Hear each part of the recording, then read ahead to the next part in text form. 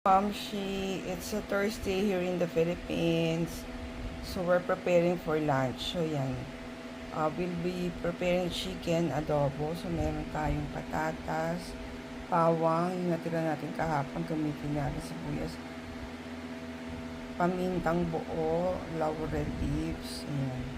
So yung chicken natin nasa ref pa. Tinuna natin last night yan. So let's start, mamshies. Hey mga mamshi, we're preparing lunch na. So ito, we have our chicken, natona natin siya from the freezer. Sibuyas, dinagdagan na natin yung sibuyas, our bawang, yung natira natin yesterday for the chop suey, ginamit natin today.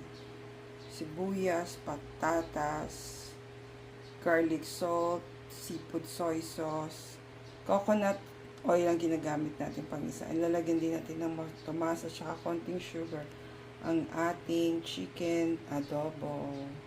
Let's start cooking. Nagisa na natin sibuyas, bawang. Next is our chicken. Sasangkutsa natin. Sinasangkutsa na natin ang chicken natin bago natin lagyan ng toyo, mang tomas, garlic salt, sugar, and water. Yan.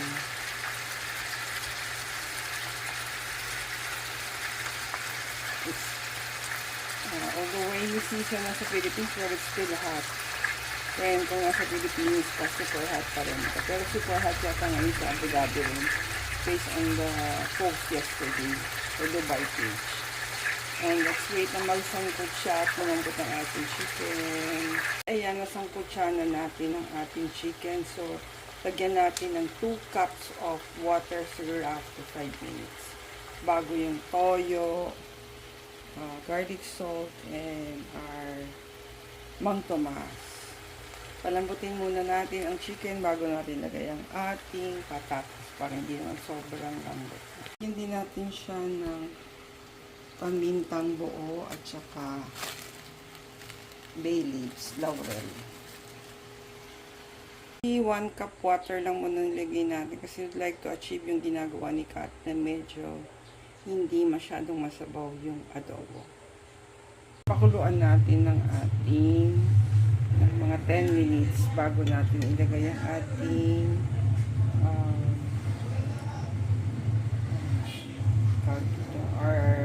patatas. Lagay na natin yung patatas natin para malambot. Lagay na natin yung toyo,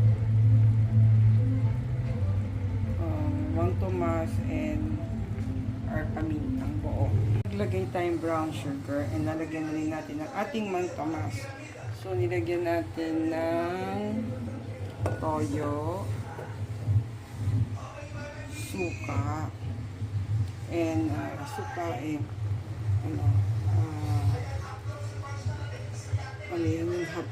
buong pamintang buo. Ayan.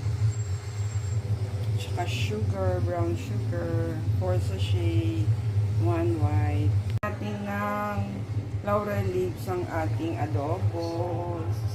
Sana masarap, magustuhan ni Papsi ang ating adobo, mga mangshi.